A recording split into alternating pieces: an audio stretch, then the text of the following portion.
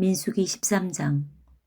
여호와께서 모세에게 말씀하여 이르시되 사람을 보내어 내가 이스라엘 자손에게 주는 가나안 땅을 정탐하게 하되 그들의 조상의 가문 각 지파 중에서 지휘관된 자 한 사람씩 보내라. 모세가 여호와의 명령을 따라 바람 광야에서 그들을 보냈으니 그들은 다 이스라엘 자손의 수령된 사람이라. 그들의 이름은 이러하니라. 로벤 지파에서는 삭굴의 아들 삼무아요. 시므온 지파에서는 호리의 아들 사바시오. 유다 지파에서는 여분네의 아들 갈렙이요. 이사갈 지파에서는 요셉의 아들 이갈이요.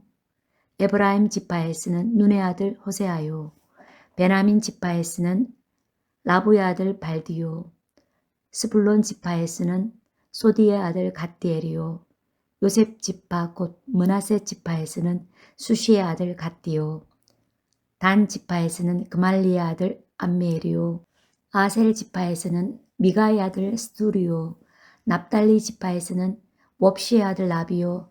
갓 지파에서는 마기의 아들 구이엘이니 이는 모세가 땅을 정탐하러 보낸 자들의 이름이라. 모세가 눈의 아들 호세아를 여호수아라 불렀더라. 모세가 가나안 땅을 정탐하러 그들을 보내며 이르되 너희는 네겝길로 행하여 산지로 올라가서 그 땅이 어떠한지 정탐하라. 곧 그 땅 거민이 강한지 약한지 많은지 적은지와 그들이 사는 땅이 좋은지 나쁜지와 사는 성읍이 진영인지 산성인지와 토지가 비옥한지 메마른지 나무가 있는지 없는지를 탐지하라. 담대하라. 또 그 땅에 실과를 가져오라 하니 그때는 포도가 처음 익을 즈음이었더라. 이에 그들이 올라가서 땅을 정탐하되 신광야에서부터 하맛 어기 로브에 이르렀고 또 네겝으로 올라가서 헤브론에 이르렀으니 헤브론은 애굽 소함보다 7년 전에 세운 곳이라.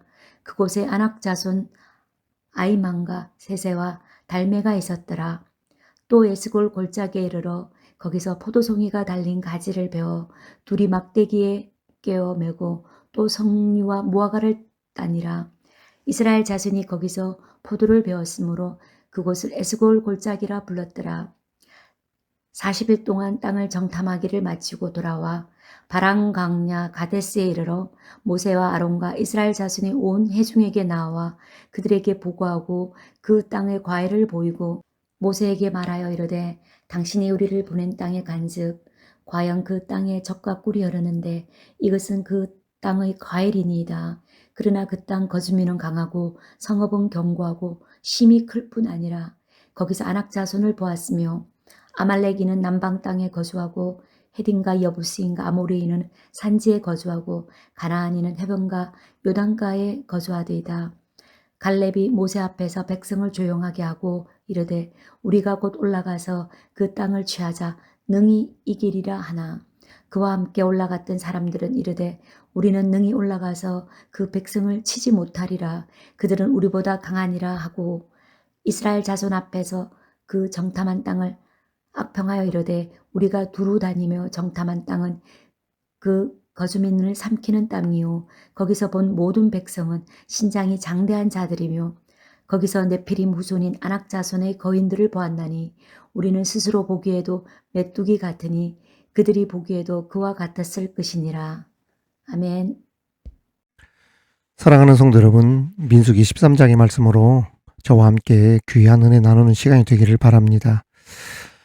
어제 월요일 정기적으로 서울에 있는 병원에 가실 일이 있으신 장인어른과 장모님을 우리 집사람과 함께 그 용인에 있는 처제집에 모셔다 드리고 저녁 늦게 전주에 돌아왔습니다. 버스 타고 가면 된다고 저를 그렇게 만류하셨지만 제가 기어이 차로 모셔다 드렸죠.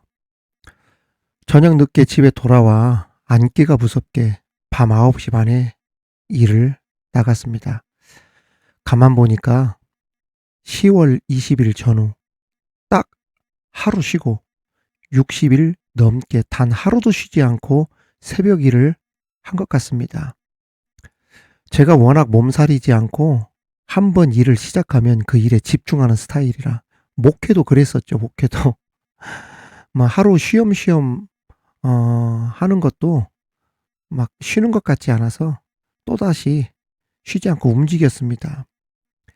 새벽 예배 전까지 오늘의 말씀을 올리려고 책상에 앉아 일을 마치고 돌아와 차분히 마음을 가라앉히고 기도하며 말씀을 준비하고 있는데, 말씀을 준비하고 있는 시간이 이렇게 보니까 새벽 2시가 훌쩍 넘어갔더라고요.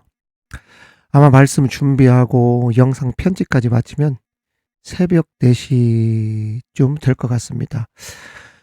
참 제가 하나님께 감사한 것은 이렇게 분주하게 살고 밤인지 낮인지 새벽인지 모를 정도로 정신없이 하루를 24시간인 마치 30시간처럼 살아가고 있지만, 그래도 피곤하다, 힘들다, 더 이상 못 해먹겠다, 뭐 이런 생각 단 한 번도 들지 않고 오히려 건강을 주셔서 감사하고 작은 물질에 감사하고, 하나님께서 저에게 이런 긍정적인 마음을, 그게 저의 은사인 것 같아요. 은사인 것 같아요. 제가 목회할 때 제 사택, 여러분들 아실지 모르겠지만 제 사택이 4층이 있었고 5층이 스튜디오였었거든요. 음악하는 스튜디오.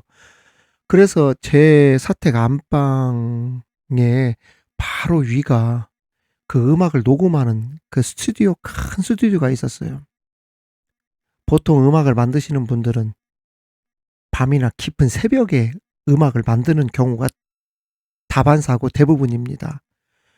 그래서 저녁에 새벽 기도 가야 되는데 잠을 자려고 하면은 얼마나 쿵쾅 쿵쾅 쿵쾅 하고 드럼 소리, 북 소리, 뭐 음악 소리, 노래 소리.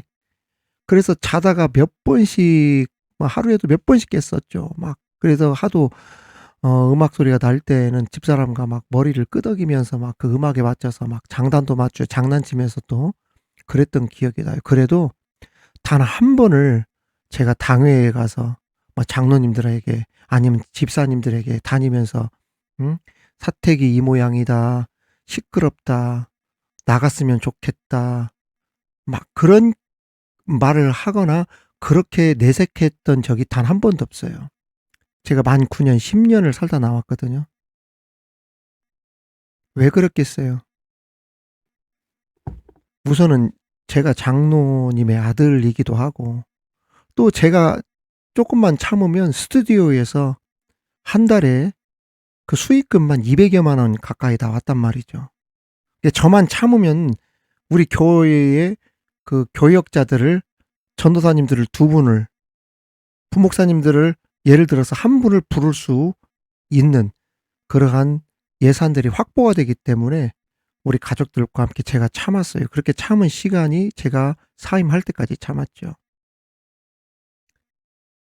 그러니까 막 피곤하다, 못 해먹겠다 하면, 이런 마음 갖기 시작하면, 불평하기 시작하면 끝도 없다는 이야기예요. 저는 그런 마음이 들어본 적이 없어요. 그저 모든 것이 감사하고 그러는 거죠. 하나님께 정말 또한 감사한 것은 아직까지 혈압약 먹지 않는 것도 감사하고, 그렇다고 시력이 막 아주 나쁘거나 그러지도 않은 것 같아요. 특별히 아픈 것도 없어서 쪽잠이라도 2-3시간만 자다 일어나면 금세 피곤이 풀리고, 사실 오늘 또 한 3시간 정도밖에 자지 못하고 지금 갔다 왔는데, 참 순간순간마다 하나님께 감사하고 모든 것이 하나님의 은혜로다 하면서 긍정적인 마음으로 살아가고 있다는 거, 이러한 마음을 주신 하나님께 너무 감사하죠. 그렇습니다. 사람이 자꾸 비관하고 슬퍼하기 시작하고 자기의 형편과 처지에 대해서 막 그 원망하고 그러면 말입니다, 그거 끝도 없어요. 내 처지와 상황이 왜 이렇게 되었지? 내가 여기에서 이런 일을 할 사람이 아닌데, 내가 여기 있을 사람이 아닌데 어쩌다 내 인생이 이렇게 되었지? 왜 꼬였지? 이렇게 시작하고 이렇게 생각하면 아무 일도 못합니다. 아무 일도 못해요. 그 자리에서 벗어날 수가 없는 거예요. 항상 거기에 묶여 사는 인생이 됩니다. 가라앉아 있는 인생, 일어서지 못하는 인생이 되는 거예요. 여러분, 오늘도 주님의 은혜로 내가 살고 있구나, 그저 감사가 넘치는 하나님의 은혜 속에 사는 하루가 되시길 주님의 이름으로 축원합니다. 제가 오늘 설교하면서 서두에 이렇게 긍정적인 마음, 감사하는 마음에 대해서 이야기를 드렸냐면은 오늘 말씀이 가나안 땅 정탐꾼들에 대한 말씀에서 그 여호수아와 갈렙이 긍정적인 보고를 하고 나머지 열 지파 그 정탐꾼들은 부정적인 보고를 하였던 그 결과가 어떤 차이가 있는지 그 말씀에 대한 것이 오늘의 말씀의 내용이기 때문에 제가 말씀을 드린 겁니다. 이스라엘 백성들이 가나안의 입구까지 도달했습니다. 여기서 하나님은 모세에게 명령, 지시를 하시죠. 모세야, 이스라엘 각 지파 가운데 한 사람씩 족장을 뽑아서 가나안 땅을 정탐케 하라. 이러한 명령을 내리셨습니다. 하나님께서 이스라엘 백성들에게 그 가나안 땅을 미리 조사하게 하신 이유가 있습니다. 가나안 땅이 얼마나 비옥한 곳인지 보여주시기 위해서. 하나님께서 이스라엘 백성들에게 주시겠다 약속한 땅이 가나안 땅, 이 비옥한 곳이 맞는지 확인시켜 주시기 위해서 가나안 정탐꾼을 보내셨던 것이고, 또 하나 중요한 것이 있는데요. 그 땅이 비옥하고 좋은 땅이니 그 자리에 누가 있었겠습니까? 이방 족속들이 있었지 않았겠어요? 그런데 이 이방 족속들이 어떠한 족속들이냐? 이 만만한 족속이 아닙니다. 성경에 보면 아낙 자손들, 자이언트, 거인들이었어요. 그리고 이 안에는 수많은 성들이 진을 치고 있었고, 무기도 이스라엘 백성들이 사용하던 무기와는 차원이 다른 철기 시대의 그러한 뛰어난 무기까지 쓰는 사람들에다가 장대한 그러한 그 거인들이 살고 있었던 땅이었죠. 그러니까 그걸 보면서 하나님은 그걸 원했던 거예요. 야, 비옥한 땅은 땅인데 하나님이 약속해 주신 땅은 맞는데 이 땅을 차지하기가 보통 어려운 게 아니겠구나.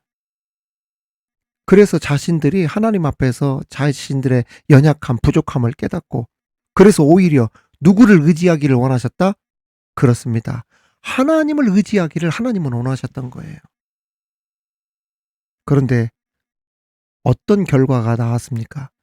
이스라엘 백성들이, 정탐꾼들이 가지고 온 그 상황만을 그대로 믿고 낙심하는 바람에 막 믿음이 흔들려 버리고 막 다 가라앉아 버린 거예요. 부정적인 마음 갖고 불신하고 그랬던 겁니다. 그러니까 이스라엘 백성들이 쉬운 말로 하나님께서 약속해 주신 가나안 땅은 하나님 말씀대로 축복된 땅입니다. 하지만 가나안 땅을 차지하는 것은 간단한 문제가 아니라는 것을 깨달았습니다. 그래서 우리는 하나님을 더욱더 의지하겠습니다. 하나님을 단단히 잡겠습니다. 말씀을 붙잡고 준비하겠습니다. 기도하며 살겠습니다. 이러한 고백을 하나님께 하기를 기다리셨는데 전혀 다른 말이 나왔던 거예요. 우리는 결코 가나안 땅을 차지하지 못한다. 이러한 땅, 이러한 아낙 자손이 있는데 우리가 어떻게 살 수가 있느냐? 어떻게 차지할 수 있느냐?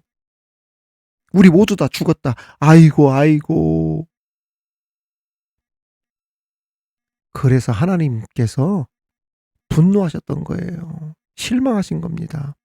25절, 27절 말씀에 보면 40일 동안에 땅을 탐지하기를 마치고 돌아와 바란 광야 가데스에 이르러 모세와 아론과 이스라엘 자손의 온 회중에게 나와 그들에게 보고하고 그 땅에 과일을 보이고 모세에게 말하여 이르되 당신이 우리를 보낸 땅에 간즉 과연 그 땅에 젖과 꿀이 흐르는데 이것은 그 땅의 과일이니이다.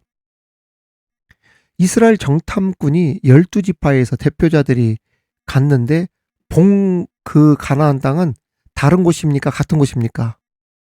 똑같은 곳이었어요.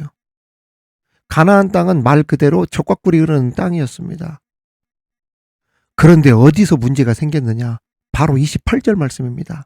자, 28절 보십시오. 그러나 그 땅 거주민은 강하고 성읍은 견고하고 힘이 클 뿐 아니라 거기서 아낙 자손을 보았으며, 여러분 여기 보면 어떻게 시작하고 있습니까? 28절이 그러나, 역접관계, 그러나 이 그러나가 무슨 뜻입니까? 부정적인 보고를 시작했다는 이야기예요. 그렇습니다. 우리의 믿음은 그러나, 하지만, 그렇지만이라는 단어를 쓰기보다는 그럼에도 불구하고라고 하는 고백이 나와야 되는데 그들은 그러나 이렇게 했던 겁니다. 그렇습니다. 정탐꾼이 본 것은 전부 사실입니다. 강한 사람들만 있었고 철기를 사용하는 족속들로 무기도 뛰어났고 성은 높고 튼튼했고 그랬었죠. 장대한 거인들이 있었고 말이죠. 그럼에도 불구하고 그러한 현실을 어떤 눈으로 바라보느냐가 매우 중요합니다. 즉, 우리 힘으로는 안 되는 것이라도 하나님께서는 하실 수 있습니다. 이러한 믿음의 눈으로 바라봐야 하는 것입니다. 결국 중요한 것은, 잘 들으세요, 정보가 아닙니다. 정보를 어떻게 해석하고 어떻게 바라보느냐가 더 중요해요. 중요한 것은 사실이 아니에요. 그 사실을 어떻게 해석하고 바라보느냐가 중요하다는 이야기입니다. 갈렙을 보십시오. 30절에 보면 갈렙이 모세 앞에서 백성을 조용하게 하고 이르되 우리가 곧 올라가서 그 땅을 취하자 능히 이기리라 하나 그랬어요. 여기 보면 하나 그랬죠. 그러나라고 하는 뜻입니다. 갈렙은 믿음의 눈으로 바라보았어요. 하나님께서 여기까지 인도해 주셨고 광야의 험한 여정길도 지나가게 해주셨고 가나안 땅까지 오게 하셨으니 가나안 땅을 약속대로 들어가게 하실 것이다. 이렇게 전했지만 나머지 다른 지도자들은 32절 이어서 보면 정탐한 땅을 악평합니다. 그런데 그 악평한 땅을 가리켜 무슨 땅이라고 한 줄 아세요? 여러분 잘 들으세요. 그 거주민을 삼키는 땅, 이렇게 말합니다. 거주민을 삼키는 땅. 여러분, 사람을 삼키는 땅이 무슨 뜻입니까? 땅이 워낙 좋은 곳이다 보니까 그 땅을 차지하려는 사람들 사이에 전쟁이 잦은 곳. 그 땅은 곧 사람을 살리는 땅이 아니라 사람이 죽는 땅이라는 뜻이에요. 야, 이 땅이 우리들 눈에 좋은 것처럼 보이지만 이 땅을 우리들이 차지하고 살고 그러면은 두고두고 많은 사람들이, 민족들이 이 땅을 차지하려고 오는 바람에 이 땅은 골치 아픈 땅이 된다. 우리가 죽는 땅이 된다. 아프고 골치 아픈 땅, 이 손대지 말자. 이 뜻입니다.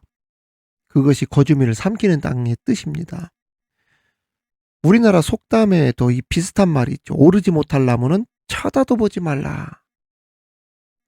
이게 사실 우리나라 속담은 좀 지혜로운 속담이기는 해요. 과욕 부리지 말고 미리 포기하라는 그러한 훌륭하고 지혜로운 속담이기도 한데 이 이스라엘 사람들은 이게 좋지 않은 투로 이야기를 한 겁니다. 야, 골치 아픈 땅이야. 그건 축복의 땅이 아니야. 하나님이 주시고자 한 땅은 우리가 죽는 땅이다.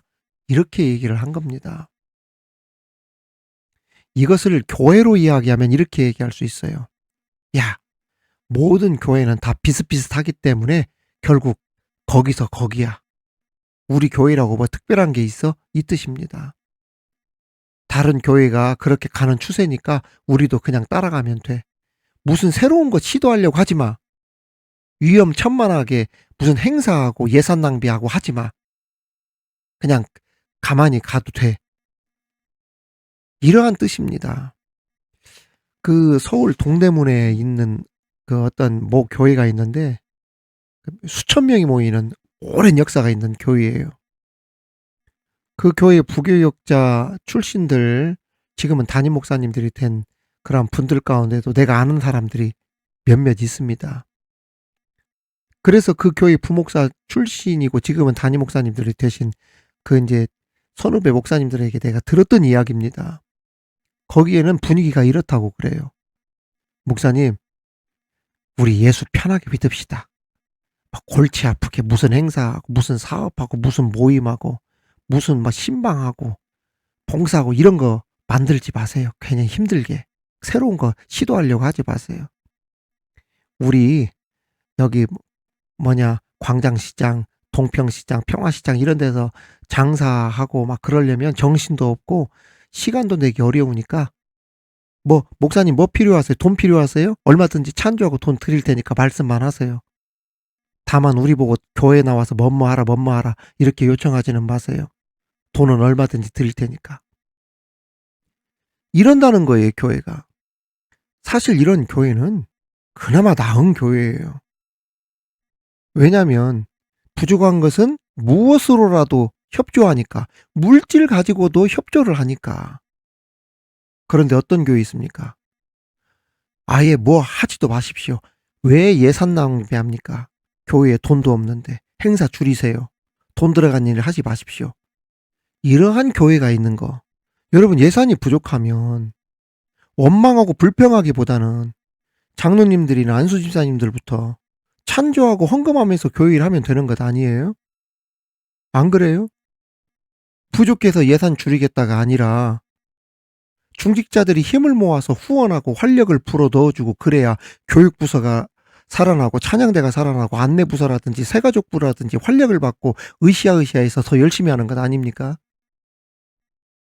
힘들고 어렵다고 불평 원망하기보다는 오히려 당회원들이 앞장서고 성도들이 힘을 모아서, 목사님, 힘들고 어려운 길이지만 우리 교회는 하나님의 위대한 대업을 이룰 수 있습니다. 한국교회의 큰 지표가 될 만한 아름다운 교회 한번 만들어 갑시다. 마치 내 나이 85세로 돼 여전히 나는 청년 때와 같다고 한 갈렙과 같은 모습이 있어야 교회가 힘을 받고 부흥하고 성장하는 것이죠. 그런데 열지파 정탐꾼들은 여호수아와 갈렙과는 반대로 가나안에 대해 악평을 하게 됩니다. 이 악평을 듣고 온 이스라엘은 큰 낙심과 절망에 빠지게 되었고, 결국 이 원망과 불평은 가나안을 최단 지름길로 갈 수 있었던 그 길을 40년이라고 하는 긴 세월 동안 떠돌면서 연단을 받게 만든 그러한 불씨가 되어버렸죠. 이 열지파 정탐꾼들의 악평은 정확히 말하면 이스라엘 사람들에게 한 악평인데, 이 악평을 누가 들었다고 성경은 기록하고 있습니까? 하나님께서 들으셨다고 하고 있어요. 그러니까 사람들에게 한 말인데 하나님을 조롱하고 의심하고 하나님을 무시한 꼴이 되었던 것입니다. 그렇습니다, 여러분. 성도들이 모여서 자꾸 사람을 향해 원망하고 주의 종 원망하고 또 서로 직분자들끼리 원망하고 불평하는 것은 결국 하나님 원망하고 조롱하고 불평하는 것밖에 되지 않는다는 거, 이것을 꼭 명심하고 교회 안에 원망과 부정적인 말보다 감사의 말, 긍정적인 말 많이 하시길 바랍니다. 말씀 마칩니다. 여러분, 교회는 말입니다, 믿음의 눈으로 해석하고 큰 비전과 꿈을 그리며 만들며 나가는 곳이 되어야 됩니다. 그래야 부흥이 교회에게 따라오는 거예요. 이것은 성도 개개인도 마찬가지입니다. 이것은 안 돼, 저것은 불가능해. 세속적인 관점과 계산법만으로 나가다 보면 축복의 성도가 될 수 없습니다. 오늘도 이제 믿음과 감사로 승리할 수 있는 저와 여러분이 다 되시기를 주님의 이름으로 축원합니다. 하나님 아버지, 정보가 중요한 것이 아니라 정보를 어떻게 해석하고 바라보는 것이 더 중요하다는 것을 깨닫게 하셔서 감사합니다. 주님, 우리에게 그런 믿음의 눈을 뜨게 하옵소서. 큰 비전과 꿈을 그릴 수 있는 믿음을 주시옵소서. 세속적인 관점과 계산법만 들이대기보다 여호수아와 갈렙처럼 하나님의 약속을 붙잡고 믿음으로 교회를 선도하고 성도를 이끌어갈 수 있는 참 리더자들과 직분자들 다 되게 하옵소서. 우리 삶에 원망과 불평보다 감사가 넘치게 하시고 부정적인 사람이 아닌 긍정적인 사람으로서는 우리 모두 되게 하여 주옵소서. 감사드리며 예수님 이름으로 기도하옵나이다. 아멘.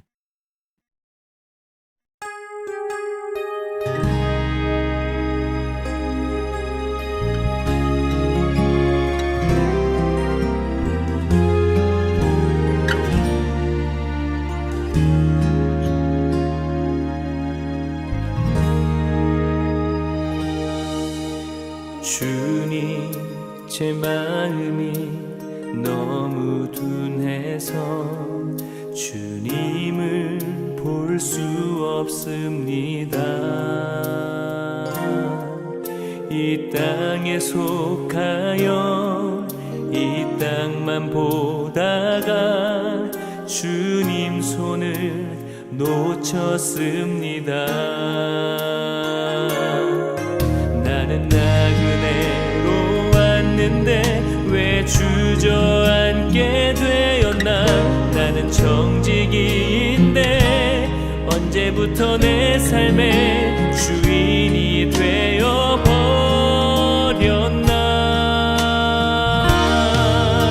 믿음이 없이는 기쁘시게 못하나니 고된 수고도 다 헛된 뿐이라.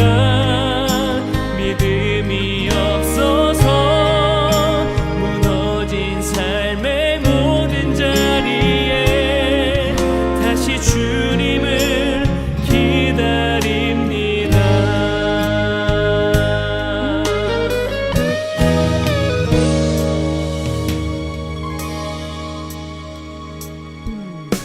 주님, 제 마음이 너무 둔해서